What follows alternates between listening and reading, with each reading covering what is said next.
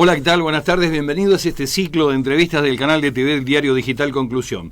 Una tarde que está bastante prolífica respecto de lo que significa producción. Y cuando hablamos de producción, uno se pregunta, ¿qué será de la vida de aquellos magistrados que cuando institucionalizaron el mercado quedaron sujetos prácticamente a una situación de crítica en la cual ya no parece que seamos ciudadanos? Somos sí consumidores en esta suerte de capitalismo universal en la cual nos han sumido y en el cual nos preguntamos, ¿no? ¿Qué podemos hacer como consumidores de justicia? Tal vez, si miramos bien cómo se manejan algunos sectores del Poder Judicial, y específicamente la Justicia Federal y algunos miembros de la Justicia Federal, se podría decir ya que se los podría correr ni siquiera con un código penal.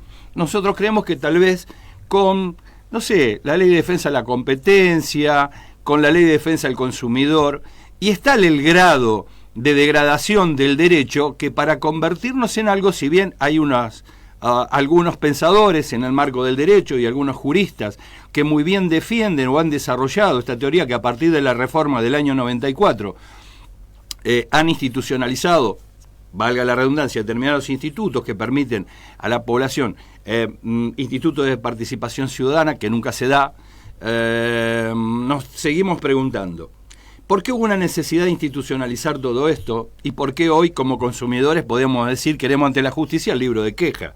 Ni siquiera podríamos pedirle a un juez o a otro juez, ni siquiera a un fiscal, que intervenga con las leyes del Código Penal. Creo que con la Ley de Defensa del Consumidor nos alcanzaría como para apartarlos, para decir que son un producto caro, para decir que son un producto engañoso, para decir que no se cumple con la publicidad. Y cuando digo publicidad, imagínese usted el prospecto de la Constitución Nacional. Serio o probioso. Pero lo que sí me pregunto, y creo que mucha parte o gran parte de la población, es por qué se producen las cosas que se producen en el marco de lo que conocemos como justicia, y hacia dónde nos llevan estas cosas que se han producido en estos términos. Desde la acordada que justificó el golpe militar a Hipólito Yrigoyen, hasta muchas cosas que vimos hasta estos días. Y cuando uno ve esas cosas, lo que se termina preguntando, a veces sí es justo que pensemos en que estos hombres de derecho tienen que actuar de acuerdo al derecho. Y digo, ¿por qué lo van a hacer? No lo sé. Pero ¿por qué le pregunto esto?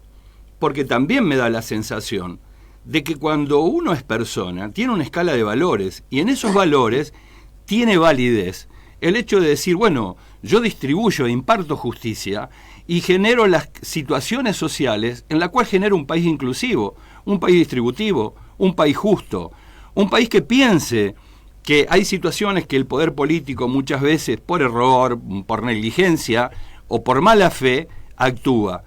Y entonces, ¿esto por qué se hace? Y bueno, está bien, usted puede decir, la política se maneja por intereses. ¿Y la justicia también? ¿O qué escala de valores tienen esos jueces que cuando dictan una sentencia contribuyen más a la injusticia? Bueno, para pensar todo esto, vamos a estar hablando, creemos, con la persona indicada.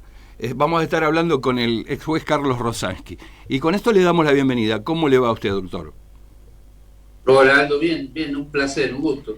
Para mí también lo es y para nosotros, por supuesto, que lo estamos siguiendo.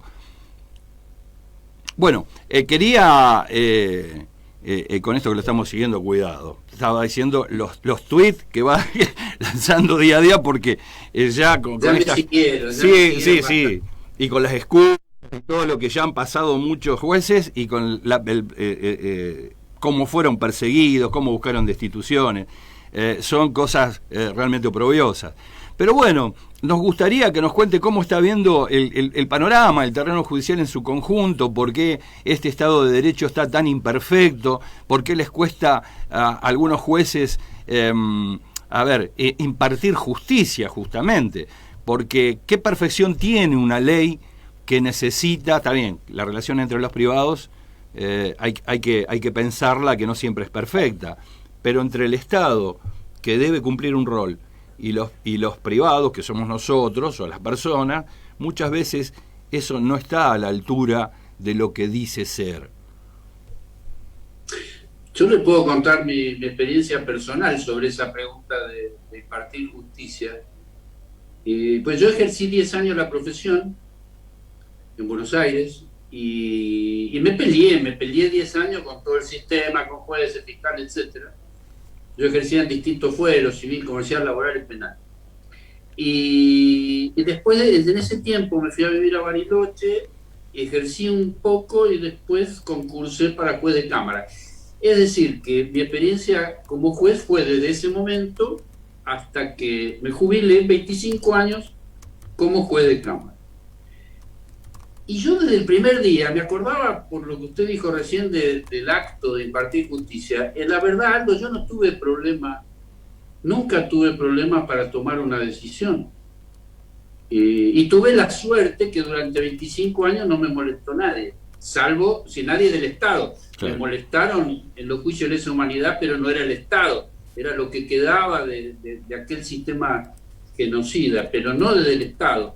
Sí, claro. Y yo fui juez, fui nombrado por gobernador radical, que no lo conocí, por el presidente de la Nación de la Rúa radical, que tampoco lo conocí, de modo que en esos 25 años hubo todo tipo de gobierno, no todo tipo, pero hubo distintos signos políticos gobernando, y yo nunca fui molestado. Eso me permitió no ser molestado, me permitió tomar todas las decisiones que consideré correctas. Eso es lo que yo le quiero decir. Sí. Los jueces no tienen problema en tomar las decisiones correctas.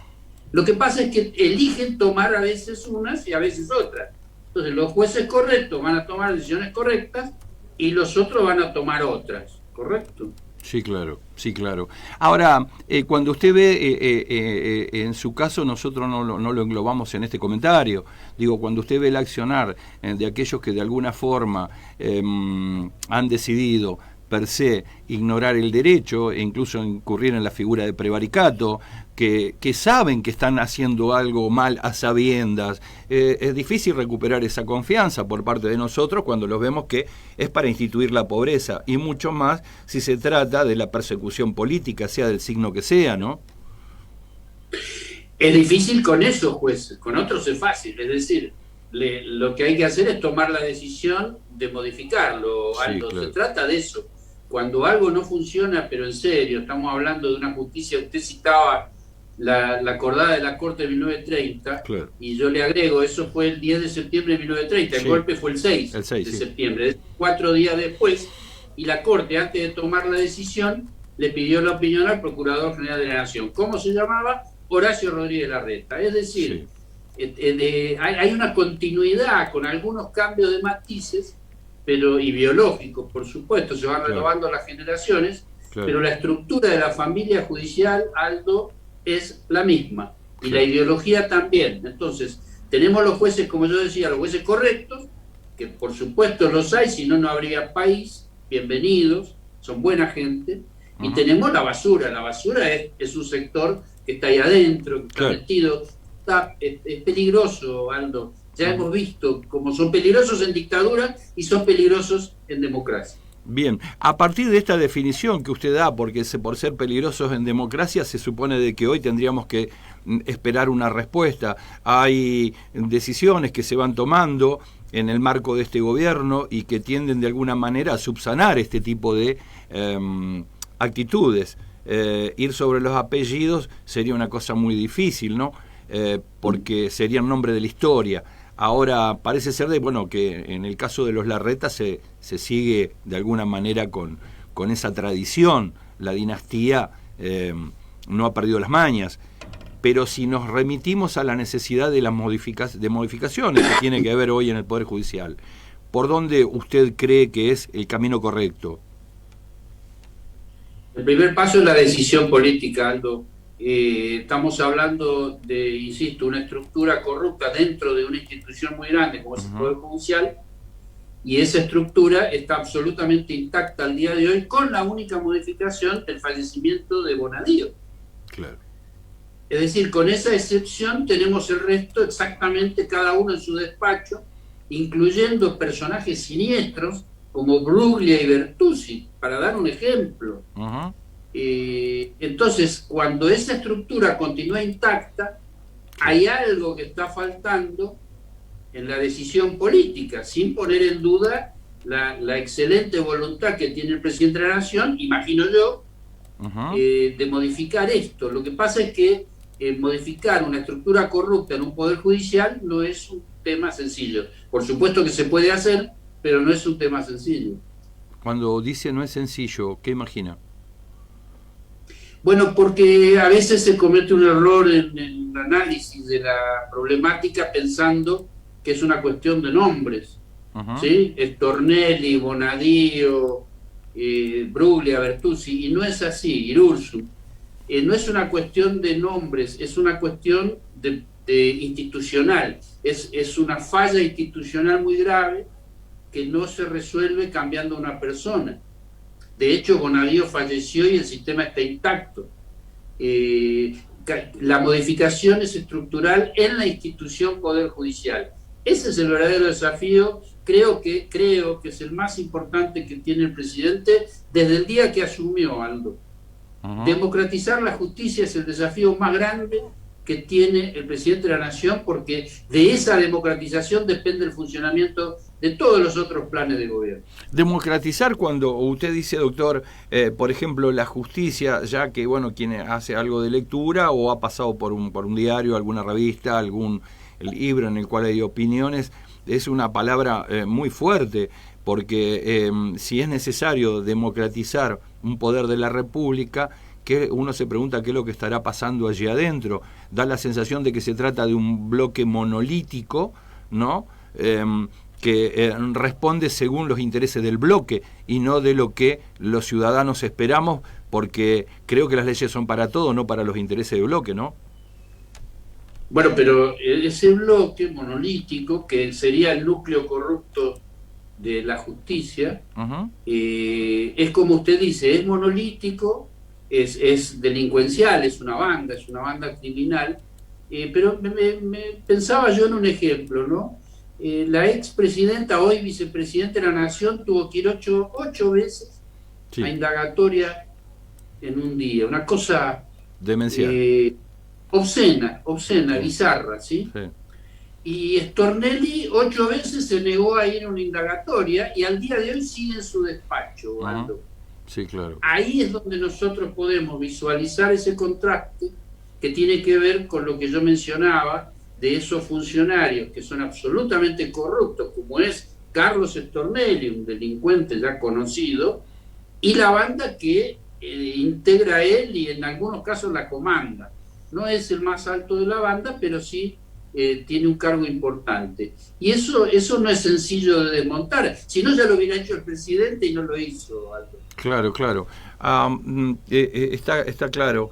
Ahora, respecto del control, se habla muchas veces de que tal vez una bicameral del Parlamento pudiera de alguna forma orientar este tipo de modificaciones internas a partir de la intervención de otro poder del Estado. Algo que no, en lo particular, no me parece para nada mal. Ahora, ir bueno, toquemos esto primero porque la segunda pregunta tiene que ver con otra cosa, si bien tiene que ver con la intervención de otro poder político. ¿Esto usted lo ve viable?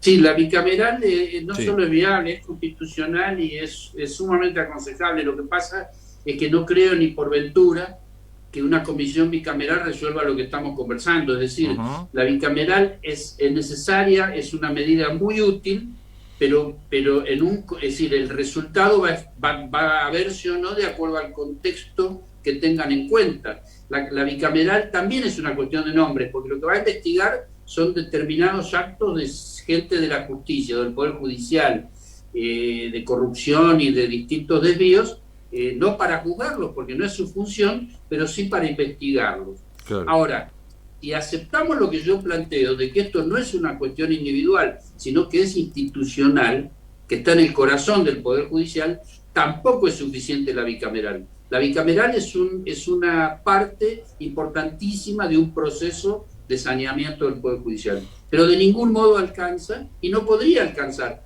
porque alcanzaría si fueran 2 o 3 jueces o 2 o 3 fiscales. Estamos hablando de una estructura poderosísima con apoyo externo a la institución.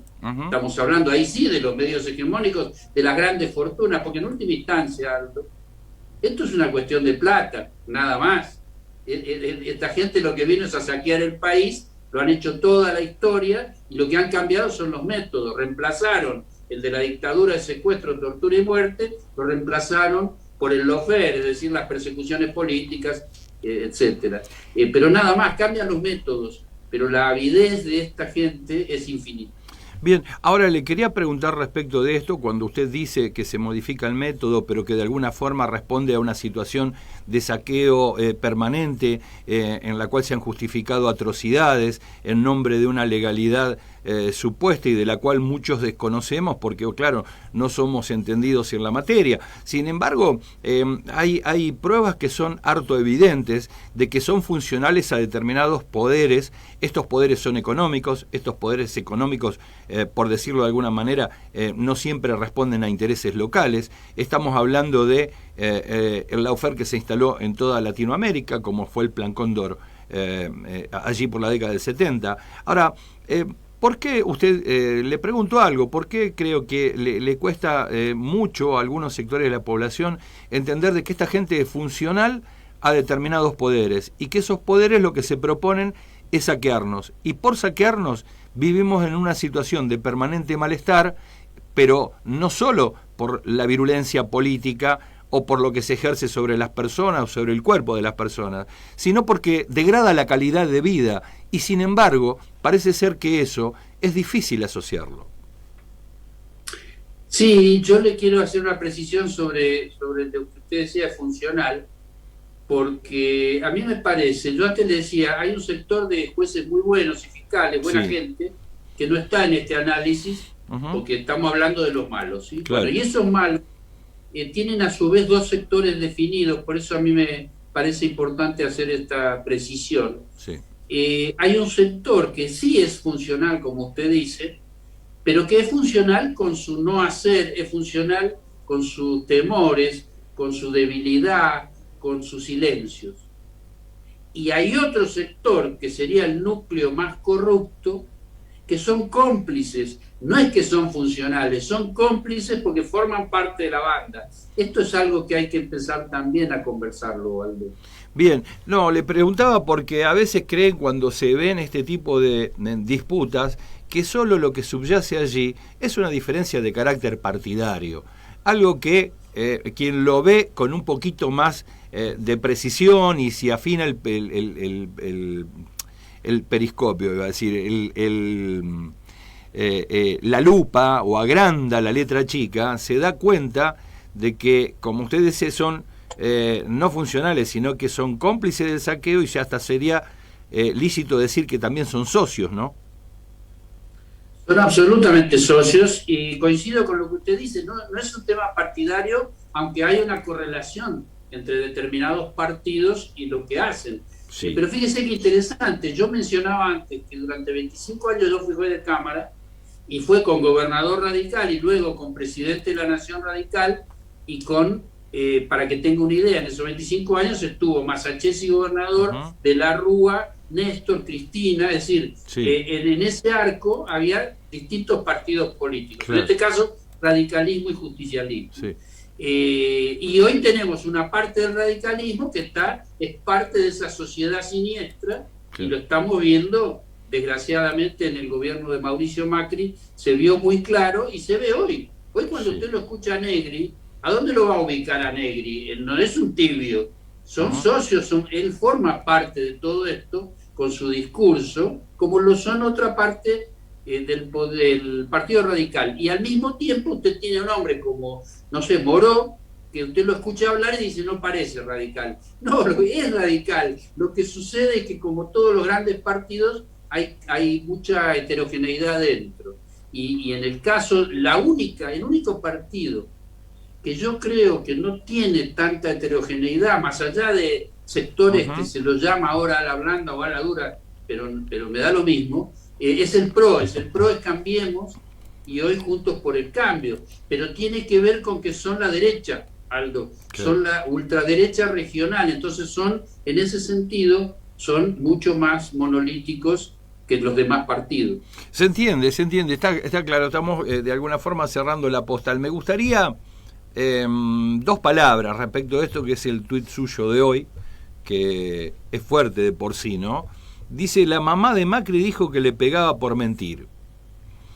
una vez más se comprueba que la violencia, además de injusta, produce efectos desastrosos. Macri es un adulto que delinque y miente compulsivamente. Es triste, ¿no? Decía usted hace un rato que es triste esto. Sí, mucho más triste si fue presidente de la Nación y Sí, ahora está publicitando libros que dice haber escrito. La mención que yo hice fue a raíz de lo que veíamos ayer, un espectáculo siniestro. Ustedes piensen que él estaba en la presentación del libro con Abelluto que fue ministro de Cultura y secretario de Cultura de Macri. Sí. Es un hombre que publicó en el año 2013 un tuit diciendo: me desapareció el anillo en la bañadera, estoy esperando un comunicado de repudio de hijos. Hay que leerlo 2 veces ese tuit, Aldo, para entender la perversión que tiene este individuo Abelluto, que es quien además se le atribuye haber escrito gran parte del libro de Macri. Claro. Y entonces cuando uno ve esa escena dice, bueno, ¿cómo se llega a esto? Yo de Abelluto no tengo más datos, pero de Macri sabemos, por eso me acordé de que la madre le pegaba porque mentía. No estoy diciendo que haber sido castigado físicamente por su madre nos haya dado como producto el Macri que tenemos hoy, porque es mucho más que eso. Evidentemente, Macri es lo que yo definí ahí, es un delincuente, pero que además miente compulsivamente. Y esto es realmente muy grave, pues fue presidente de la Nación, Aldo. Sí, claro. Sí, claro. Claro. Digo, no, de Abelluto ahí para actualizar hay algunos tuits donde hace apología del golpe del 76, bancando la situación del 55, es decir, de situaciones muy, muy, muy horrorosas y tenebrosas, ¿no?, para los argentinos. Sí, bueno, pero que tienen además coherencia en el contexto, claro, que yo planteaba de orientación política, o sea, la derecha piensa de esa manera. En el caso de Macri tiene además algunos rasgos muy, muy, muy desagradables que algún día habrá que encarar en serio. Solamente lo remito a esa imagen de Macri visitando una nena pobre que la sienta en sus rodillas, la incomoda, la nena quiere alejarse y él la trae contra su cuerpo.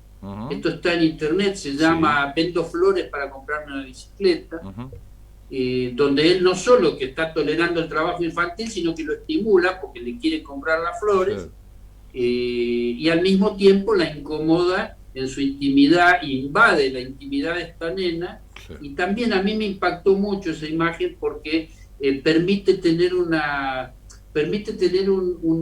semblanza de lo que un individuo con esas características puede llegar a ser.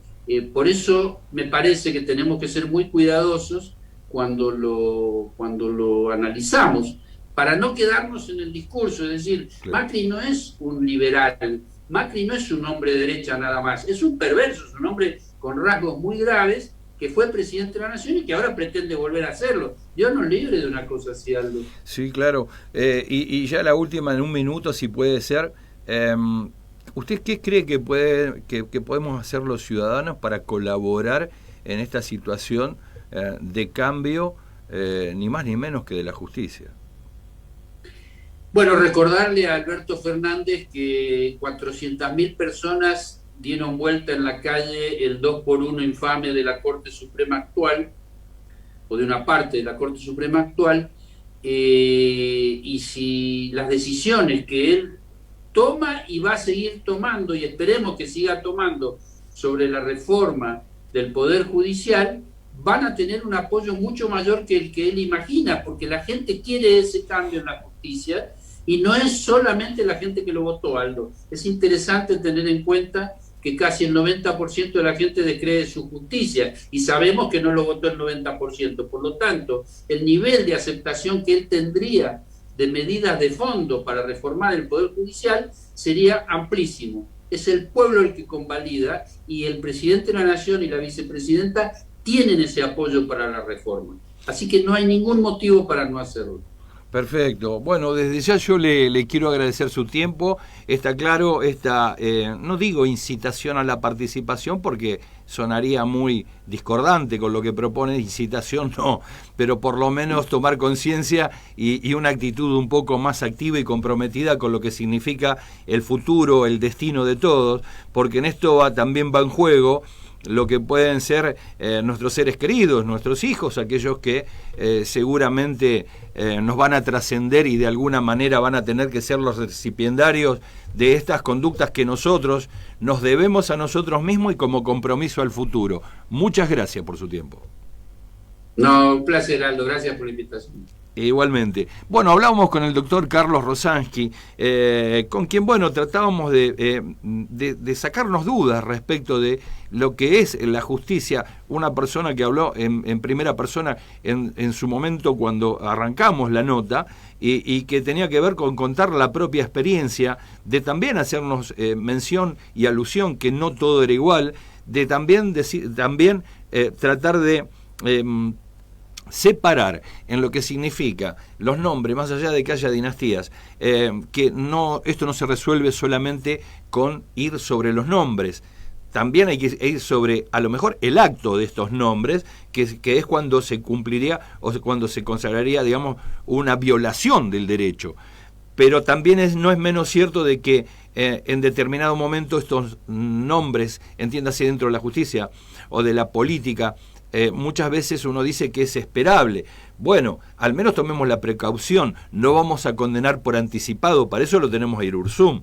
Pero digo esto del poder residual que argumentaba este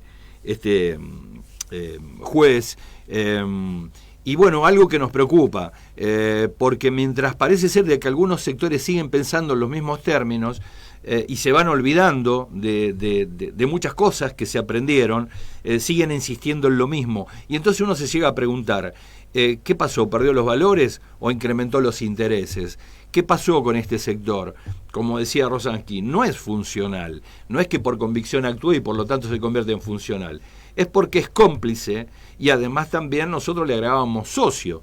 Bueno, vaya si eso es una fórmula explosiva, porque entonces tendremos que pensar de que quienes nos deben garantizar a nosotros el Estado de justicia no lo van a poder hacer, porque primero va a privar sus intereses particulares y por cuestiones, como decía Rosansky, de plata, por sobre el interés común. Y cuando ya se actúa de esta manera, desde un lugar donde debiera estar garantizado el rol que debe desempeñar la justicia como poder del Estado, y bueno, entonces tendríamos que preocuparnos. De allí a que confluyo y comparto completamente, nosotros también podemos hacer mucho para poder cuidarnos de estos sectores o de estos señores que han tomado una parcela del Estado para beneficio propio y garantizar beneficios ajenos. Bueno, hemos llegado al fin de este capítulo. Estuvimos charlando con el doctor Carlos Rosansky. Tanto Sebastián Moreno como Aldo Batizaco te dice que nos vamos a ver en el próximo capítulo, aquí en el canal de TV del Diario Digital Conclusión. Chau, hasta luego.